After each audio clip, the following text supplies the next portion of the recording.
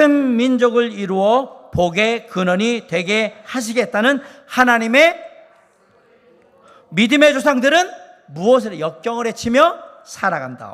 너무 잘하시네요. 출애굽 광야 시대 시작. 조상들과의 언약을 기억하시고 이스라엘을 애굽의 노예 생활에서 해방시킨 후 약속의 땅으로 인도해 가면서 예배하는 공동체가 되도록 철저하게 훈련시키신다. 정복시대 누구의 뒤를 이어? 모세의 뒤를 이어 지도자가 된 여호수아는 하나님께서 주신 무엇을? 권위를 가지고, 하나님이 네가 다음 인도자야, 권위를 가지고 가나안 정복을 위한 어떤 전쟁? 거룩한 전쟁을 수행해 간다. 너무 잘하시네요. 우리가 여리고 점령은 일단 봤고요. 2번 50페이지 아이성 사건. 아간의 범죄로 인한 어이없는 패배와 회개한 후의 승리. 여리고성 정복으로 여호수아와 이스라엘의 명성이 자자하게 되었다. 두 번째 목표는 아이만큼이나 작은 성 아이였다. 아이만큼이나 작은 성이나 아이성이었다고 하는 믿거나 말거나의 얘기가 있어요. 이걸 또 믿으시면 큰일 납니다. 그냥 이 외우라고 얘기하는 거니까. 작은 성이라 다 가서 싸울 것도 없이 그저 몇 사람 보내어 쉽게 함락하려고 했다. 3,000명 정도. 그러나 결국은 36명이 죽게 되는 그런 패배를 당합니다. 요단강 도강과 여리고성 정복으로 확고하게 세워졌던 여호수아의 리더십은 흔들리게 되었고 백성들의 마음도 흔들리게 되었다. 저희가 패배한 이유가 무엇입니까? 하고 하나님께 부르짖는 여호수아의 기도에 대한 하나님의 응답은 이스라엘의 범죄, 즉 아간의 범죄였다. 모든 정복 전쟁은 거룩한 전쟁이 되어야 하고 대적의 모든 것은 완전히 파괴돼야 해야 한다. 그런데 아간이 전리품을 몰래 챙겼던 것이다. 악은 어떤 모양이라도 버려야 하는데 아간과 가족들 그리고 그의 가축들을 모두 돌로 쳐 죽여 불태우고 난 후 죄를 회개하고 나서야 아이성을 점령할 수 있었다. 이게 아간의 범죄 때문에. 아간이 범죄를 했죠. 여리고성 하면서 전리품을 챙겨가지고 몰래. 모든 전리품은 다 하나님께 드려진 가운데서 배분이 되거나 태워지거나 이래야 되는데 그러니까 몰래 갖다 숨겼다가 걸렸죠. 거룩한 전쟁을 해야 하는데 거룩하지를 못했단 말이에요. 그래서 문제가 됐던 겁니다. 그래서 아이성 사건을 통해서 항상 하나님 앞에서 거룩하고 흠없는 모습으로 전쟁에 임해야 하는구나라는 걸 알게 된 거예요. 3. 가나안 전역 정복. 하나님께서 가나안의 모든 왕들을 여호수아의 손에 붙이셨다. 속으로는 전혀 아니면서 이스라엘과 화친을 원하는 척 위장하여 평화조약을 맺은 기브온 거민을 제외하고 모든 가나안 부족의 왕들이 동맹하여 이스라엘 자손과 여호수아를 대항했으나 하나님께서 함께 하시는 이스라엘을 당할 수는 없었다. 여호수아는 처음에는 가나안 중앙을, 그 다음에는 남부를, 그리고 나서 북부를 점령해 나갔다. 왜 가나안, 이거 지도 좀 넣어주세요. 왜 가나안을 할 때 가운데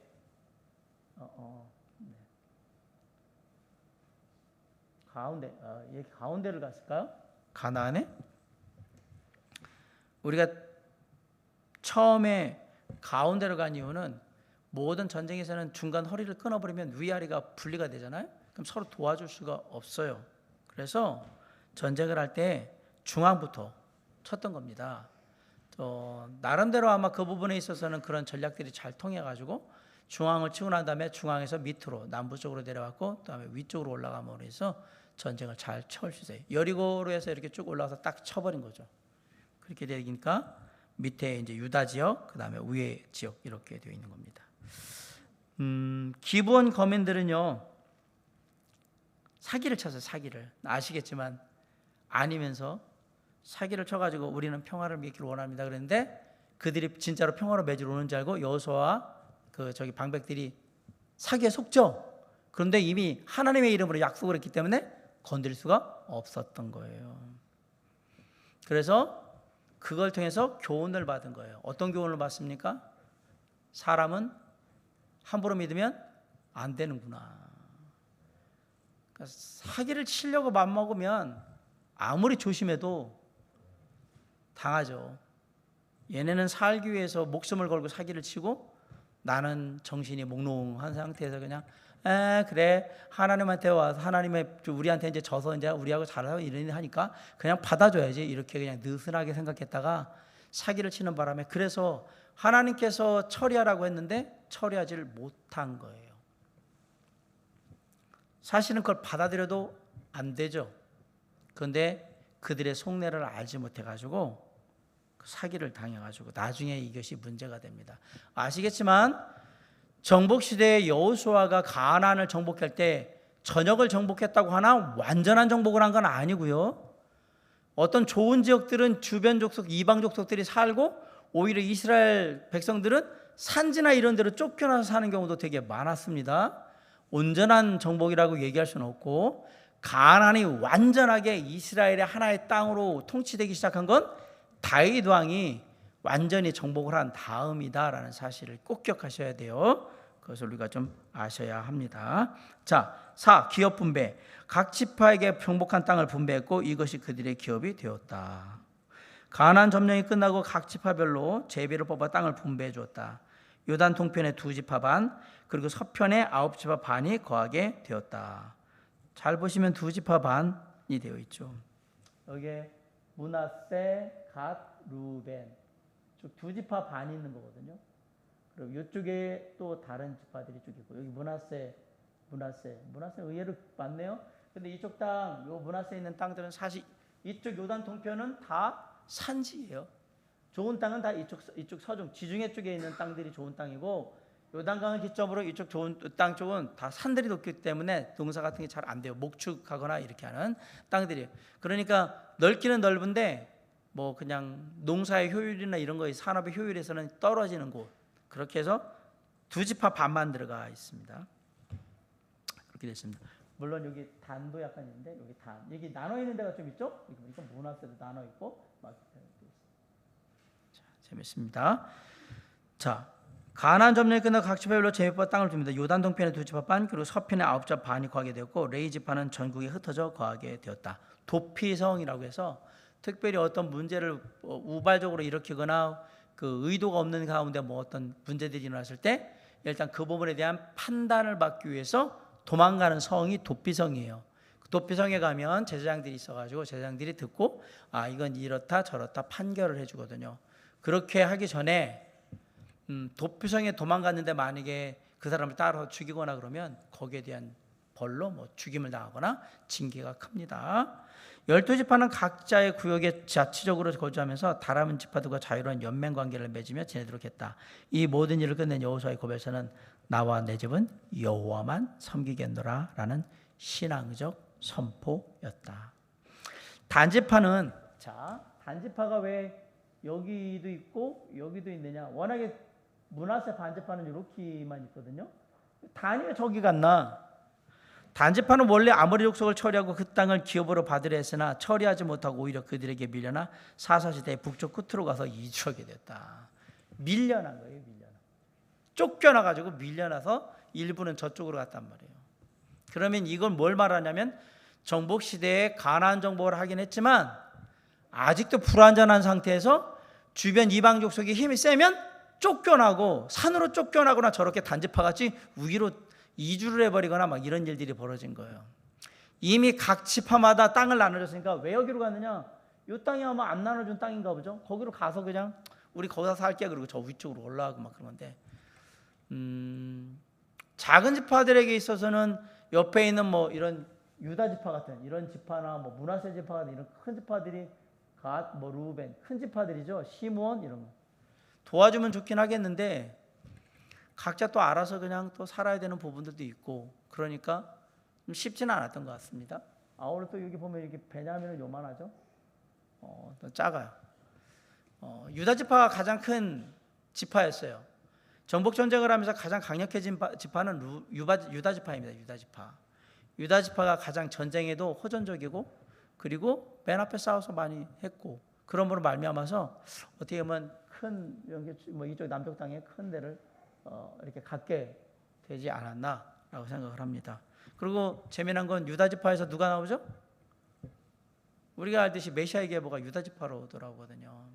그래서 아마도 그런 부분에 있어서는 유다가 어떤 지파로서 자리매김을 분명히 하게 되지 않았나라는 생각을 갖게 됩니다. 자, 아래 빈칸을 채워봅시다. 다시 한번 해볼게요. 창조시대의 주연은 아담, 무대는 에덴 동산. 자, 줄거리 합니다. 시작.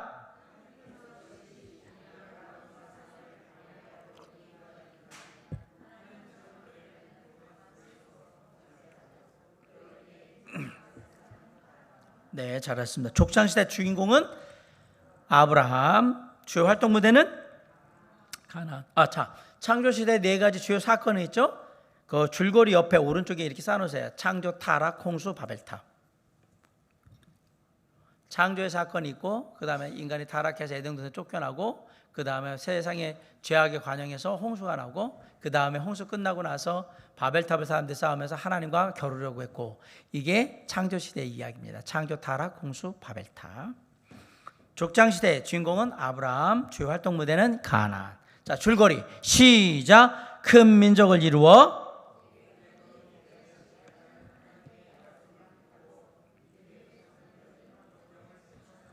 네, 좋습니다. 족장시대 4명의 주요 역장은 아브라함, 이삭, 야곱, 요셉. 아브라함은 믿음의 조상이고요, 이삭은 언약의 징검다리고요, 야곱은 정말 시련과 고난을 닦은 끈질긴 신앙인의 모습이죠. 요셉은 하나님과 함께하는 하나님의 소망을 보여주는 그러한 신앙인입니다. 출애굽 시대의 주인공은 모세, 주요 활동 무대는 애굽, 광야. 줄거리 시작. 조상들과의 언약을 기억하시고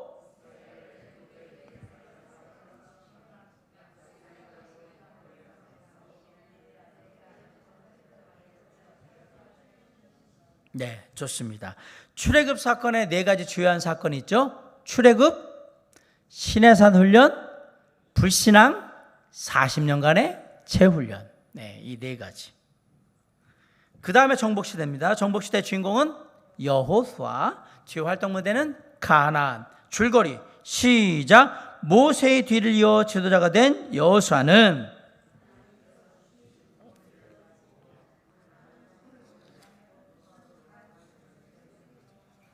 네, 거룩한 전쟁을 수행한다. 정복시대의 네 가지 사건은 여리고 점령, 아이성 사건, 가나안 전역 정복, 기업 분배. 여리고 점령, 아이성 사건, 가나안 전역 정복, 기업 분배. 이렇게 되는 겁니다. 큰 사건들입니다. 자, 2번. 다음 내용을 읽고 해당하는 것에 아래와 같이 쓰십시오. 여리고 점령에 해당하면 여리고, 아이성 사건에 해당하면 아이, 가나안 전역 정복에 해당하면 가나안, 기업 분배에 해당하면 기업. 이렇게 쓰는 거예요. 법궤를 맨 제사장이 앞으로 나아갔다. 이거 요단강 건너가는 거죠? 여리고. 예, 여리고 점령입니다. 거긴 아간의 범죄라는 이유가 있었네. 아이성 사건, 아이. 위장전술로 평화조약을 맺은 기브온은 살아남았다네. 뭐예요? 가나안 전역 정복. 강남 강북과는 달리 요동 요소가 있었다. 기업 분배에 요단 동편, 요단 서편 얘기해요. 요동 요소는 요단 동편, 요단 서편 이렇게 얘기하는 겁니다. 겨우 세워진 여호수아의 리더십이 흔들리다. 뭐 때문에? 아이성 사건 때문에. 대적 앞에서 수술하고 누워있는 배짱 좋은 사람들은 누구? 이거 무슨 사건이죠?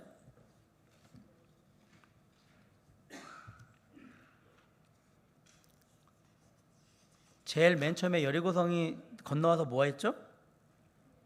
할례를 했잖아요. 예, 여리고성 사건, 여리고 점령. 여호수아가 넘어와서 한 일은 두 가지예요. 기념비를 세운 거하고 할례를 행한 거. 이제 우리는 할례를 행했던 이야기는 이스라엘 백성으로 여기서 살아갑니다라는 걸 하는 거예요. 자, 각자 자기 구역에서 사이좋게 사세요. 기업 분배. 새로운 권법, 가운데를 치고 아래를 치고 위를 치고. 가나안 전역 정복. 가운데를 먼저 점령하고 남부, 그 다음에 북부를 점령합니다.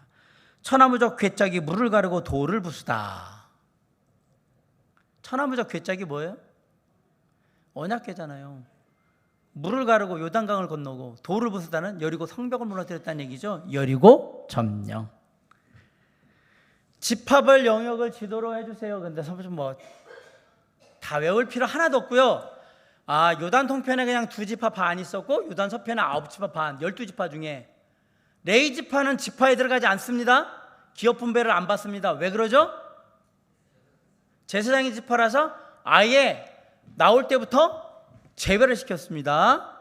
제외를 시켰기 때문에 레위 지파는 기업 분배를 받지 않고 그 대신 레위 지파가 빠지는 대신 누가 들어가냐면 므낫세와 에브라임 지파가 들어간 거예요. 므낫세와 에브라임. 므낫세 에브라임은 누구 자식이죠? 요셉의 자녀들이에요. 야곱의 자식이 아니에요. 요셉의 자녀인데 요셉이 들어가지 않고 므낫세와 에브라임이 들어가 있는 거예요. 그러니까 어떻게 보면 되게 아버지 잘 만나가지고 축복받은 거죠. 12지파에 들어갈 저희가 아니었단 말이에요. 레이가 빠지고 요셉이 빠지면서 므낫세와 에브라임이 됐다는 얘기는 되게 어떤 면에서는 진짜 뭐 엄청난 대박이죠. 예, 이렇게 돼요. 그 다음에 우리가 알아야 될 거는 그냥 유다지파 정도. 다른 지파 작은 애들 유다지파 이쪽에 사해 옆에 이쪽이 유다지파구나 라는 거. 그래서 남유다라고 얘기하잖아요. 유다지파의 원래 지역이 그쪽 지역에서 유다예요. 그냥 유다. 유다지파가 있던 지역을 남유다. 여기는 사마리아 지역이에요. 사마리아. 여기 지금 므낫세, 단, 에브라임, 베냐민 여기를 대부분 여기 물론 조금 올라가지만 여기가 사마리아 지역이고 여기 이사갈부터 이쪽은 뭐예요? 게네사 북이스라엘. 나중에 분열왕국 때 저기는 북이스라엘이 됩니다. 자, 긴네렛 호수는 어디를 말하는 겁니까? 처음 봤는데 긴네렛 호수는? 그렇죠? 긴네렛 호수는 갈릴리 호수의 또 다른 이름이라는 말씀입니다. 게네사렛, 긴네렛, 갈릴리 이렇게 얘기를 했다고 했습니다. 예, 그래서 여기 긴네렛이라는 건 그 얘기고요. 여기는 요거는 한 번도 배운 적이 없는 것 같은데 여기는 메롬이라는 호수예요. 메롱 아니고 메롬. 메롬이라는 호수예요. 메롬 호수예요. 그냥 이스라엘은 두 개의 큰 호수, 갈릴리 바다와 사해가 있구나. 사해, 염해 이렇게 생각하시면 됩니다. 일단 유다 지역은 저쪽이다라는 것과 동쪽에 2지파 반, 서쪽에 9지파 반 이렇게 있고, 참고로 그냥 알고 있다면 단 지파는 쫓겨나가지고 저 위로도 몇몇이 도망갔다더라 라고 알고 계시면 됩니다.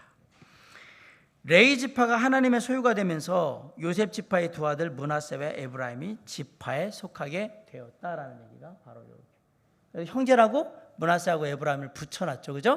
네, 이렇게 되어 있습니다. 그렇게 준비가 되어 있습니다. 블레셋 지역은 이쪽이거든요. 여기는 사실 어디 지역이에요? 유다 지역이죠. 유다 지역은 이스라엘의 아주 중요한 지역이거든요. 그러니까 맨날 전쟁이 날 수밖에 없어. 이쪽으로 여기 밑에가 모압, 암몬, 에돔 이렇게 들어와요. 이렇게가. 요단 동편 쪽에 보면 이 밑으로 남부 쪽으로 이 모압 족속, 암몬 족속, 에돔이 이렇게 되어 있다. 밑으로 내려가 있다라고 생각하시면 됩니다. 네.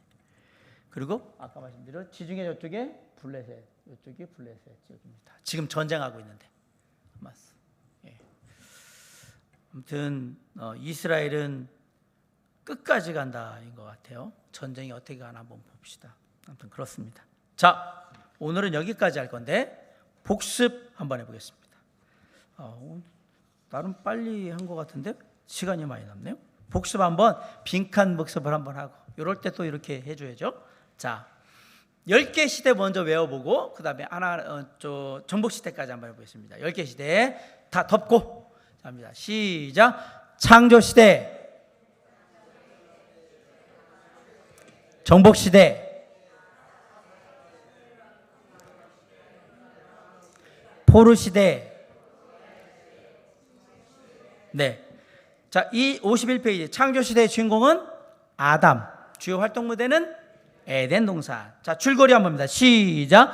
하나님께서 지으신 이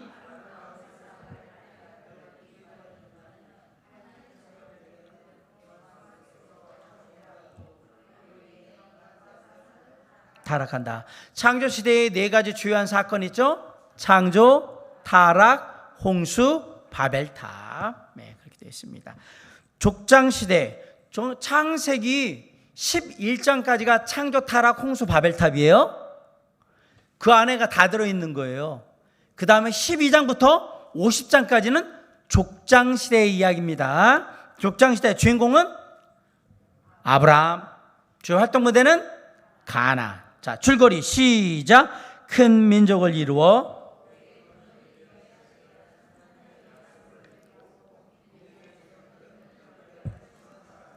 네, 여기에 족장 4명의 주요 족장 있죠? 아브라함, 이삭, 야곱, 요셉. 참고로 아브라함과 동시대 사람으로 보여지는 성경의 인물이 누구냐면 욥입니다.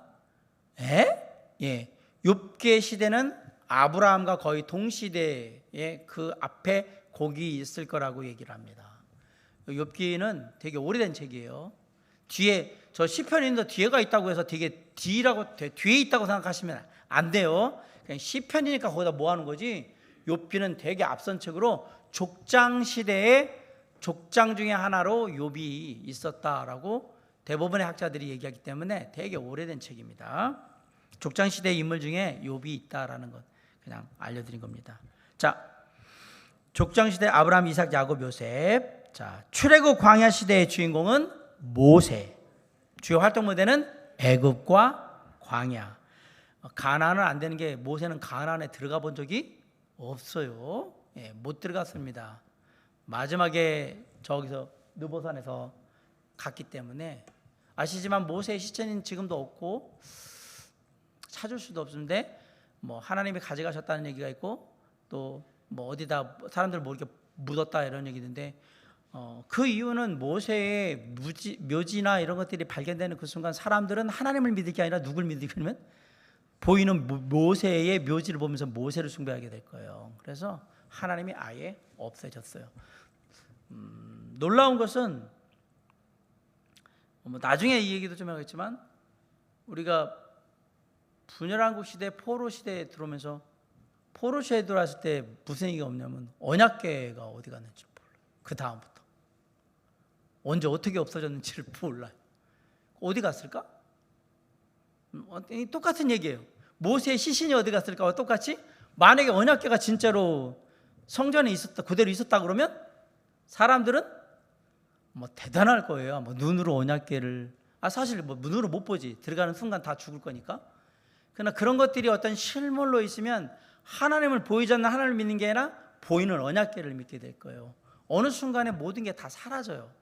저는 그냥 개인적으로 모세의 시신이나 이런 부분을 없애는 것들은, 언약궤를 없애는 것들은 하나님께서 주권적으로 없애신 거라고 믿습니다. 그게 인간의 신앙에 도움이 안 되거든요. 우리는 눈에 보이는 걸 너무 좋아하니까. 보이지 않는 하나님을 안 보려고 할 거예요.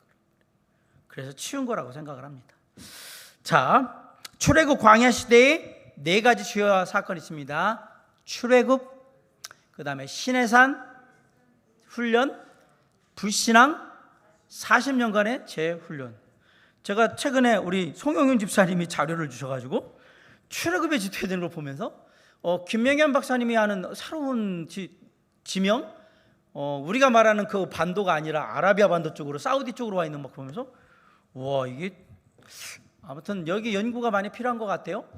제가 지금 거기에 관련된 책들도 읽고 있는데 아무튼 정리가 되면 최근에 있는 것들은 거기가 아니라 여기라고 얘기하는 데도 있습니다라는 걸 소개를 해드릴게요. 정리가 되면. 근데 깜짝 놀랐어요. 저도 그렇게 생각해 본 적이 없는데 야, 이게 그러면 이제 고고학적인 모든 것들이 싹 박혀가지고 나가야 되는 입장이 되거든요. 그러면 홍해를 어디를 출애굽을 해서 어느 바다를 건너왔느냐, 그 루트나 이런 것들도 조정이 필요한 부분들도 있고 그런데 아무튼 그게 성경의 사실을 없애는 건 아니지만 우리가 알고 있던 거 또 다른 지역에 또 모습들이 있기 때문에 그런 부분들이 좀 조사가 필요한 것 같아요. 아무튼 여러 가지 많은 자료들을 보고 있으니까 잠깐만 기다려 주시고요. 흥미진진하게 나중에 한번 얘기를 드릴게요. 자, 정복시대.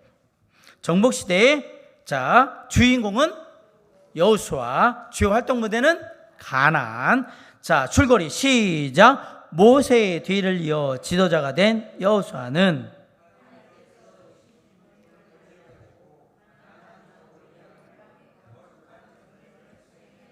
네, 정복시대의 네 가지 주요한 사건은 여리고 점령, 아이성 사건, 가나안 전역 정복, 그 다음에 기업 분배입니다. 가나안 전역 정복, 기업 분배. 자, 그렇게 해서 일단은 다 끝난 겁니다. 그 다음에 이어지는 시대가 사사시대인 거예요. 근데 여러분 사사시대는 제가 주일날 예전에 이미 오전에 설교를 다 해가지고 다 했지만, 사사시대는 우리한테 그렇게 좋은 기억으로 남겨있는 시대는 아니잖아요. 지금 우리가 보고 있는 사무엘상의 마지막 시대가 사사시대거든요. 가나안 전역을 정복하기 위해서 기업 분배를 해가지고 이스라엘 백성들이 없던 땅을 갖고 다 정착을 했으면 소위 말해서 잘 먹고 잘 살아야 되는 거 아니에요? 하나님 믿으면서? 왜 사사시대 같은 시대가 왔을까? 라는 것에 딱 물음표를 하게 되는 거예요. 가나안 전역 정복을 하고 나서 사사시대가 오는 데까지 많은 시간이 걸리지 않았습니다.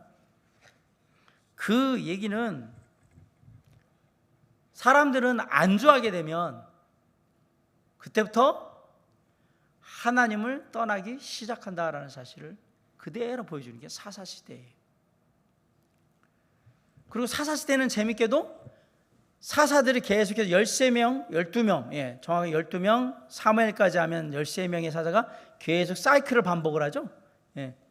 잘 먹고 잘 살다가 하나님께서 이래가지고 그 하나님을 벗어나서 그냥 하나님이 있긴 뭐 있어, 하나님 없어도 됐네 이러니까 또 막 죽고, 그러다 보면 또 주변 이방 족속이 압제를 하면 또 울면서 한 번만 봐주세요 그러다가 정신 차릴 거지? 네. 그래가지고 사사를 보내서 구원하고, 그래서 또 살만하면 살만해서 또 등 따시고 배부르면 또 죄를 짓고, 이런 일들 벌어지는 거라.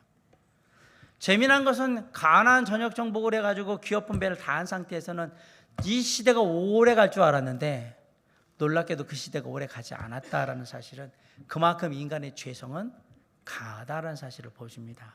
얼마나 강한지 다음 주에 우리가 사사시대를 보면서 다시 한번 함께 공부해 보도록 하겠습니다. 기도하겠습니다. 사랑과 은혜가 풍성하신 아버지 하나님, 주님께서 우리의 삶에 함께 하시듯이 이스라엘 백성들과 함께 하셔서 그들에게 약속하신 땅을 허락하셨고 그곳에서 자리 잡을 수 있도록 모든 것을 베풀어 주셨습니다. 하지만 사람들은 그 속에서 하나님의 뜻대로 다 이루지는 못했습니다. 때로는 두려웠고, 때로는 불안했고, 때로는 겁이 났기 때문에 완전히 가나안 정역을 정복하지 못한 채 모든 것들을 마무리하게 됩니다. 항상 불씨가 남아있는 상태로 이방 족속들과 함께 동거하는 상태로 남아있게 되는데 결국은 그것들이 계속해서 문제를 일으킨다는 것을 보게 됩니다. 주님, 우리의 삶에 주님과 함께 할 때에 늘 승리할 수 있도록 굳건히 우리를 붙들어 주시옵시고, 주님의 뜻을 따라서 우리가 행할 때에 정말 담대히 그 뜻을 따라 나아감으로 온전히 주님의 뜻을 행하는 하나님의 자녀들, 믿음의 백성들이 되게 하여 주시옵소서. 성경에 나와 있는 역사의 교훈을 통해서 우리의 신앙을 되돌아보게 하시고 더 나은 모습을 갖추는데 작은 영적인 도움이 될 수 있도록 또한 역사해 주시옵소서. 다음 시간에 또 다른 하나님의 역사와 하나님의 이끄심을 다시 한번 공부할 수 있도록 함께 하실 줄 믿고 모든 것 맡기며 감사할 때 예수 그리스도 이름으로 간절히 기도를 쌉나이다. 아멘.